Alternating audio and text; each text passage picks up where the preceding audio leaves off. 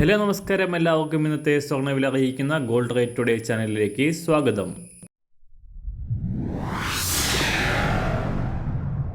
ഇന്നത്തെ സ്വർണ്ണവിലയിലേക്ക് കടക്കുന്നതിന് മുൻപായി എല്ലാ ദിവസവും സ്വർണ്ണവിലയും വെള്ളിവിലയും സ്വർണ്ണത്തെ സംബന്ധിച്ച കൂടുതൽ വിവരങ്ങളും യഥാസമയം ലഭിക്കാനായി സ്ക്രീനിൽ വലതുവശത്ത് കാണുന്ന ചുവന്ന നിറത്തിലുള്ള സബ്സ്ക്രൈബ് ബട്ടൺ അമർത്തിയതിനു ശേഷം തൊട്ടടുത്ത് കാണുന്ന ബെൽ ബട്ടൺ കൂടെ അമർത്തി തുടർന്ന് വരുന്ന ഓപ്ഷൻസിൽ ഓൾ എന്ന് സെലക്ട് ചെയ്യുക.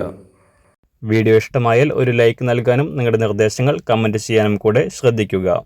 ഇന്ന് 2024 സെപ്റ്റംബർ മാസം 5-ാം തീയതി, ചിങ്ങമാസം 20-ാം തീയതി, വ്യാഴാഴ്ച, സമയം രാവിലെ 7 മണി.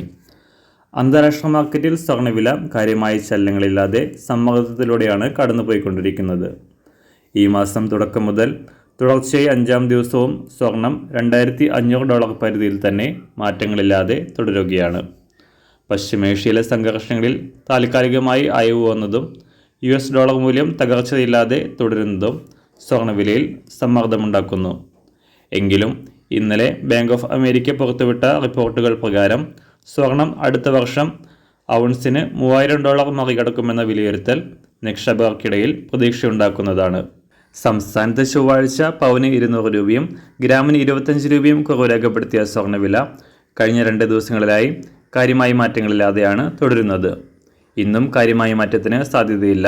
ഇന്ന് രാവിലെ സ്വർണ്ണവില അന്താരാഷ്ട്ര മാർക്കറ്റിൽ 1 ഔൺസ് സ്വർണത്തിന് $2,492. സംസ്ഥാനത്ത് ഇന്ന് രാവിലെ 24 കാരറ്റ് സ്വർണ്ണവില 1 ഗ്രാം 7,277 രൂപ, 1 പവൻ 58,216 രൂപ. 18 കാരറ്റ് സ്വർണ്ണവില 1 ഗ്രാം 5,457 രൂപ, 1 പവൻ 43,656 രൂപ. സംസ്ഥാനത്ത് ഇന്ന് രാവിലെ 916 അഥവാ 22 കാരറ്റ് സ്വർണ്ണവില 1 ഗ്രാം 6,670 രൂപ, 1 പവൻ 53,360 രൂപ.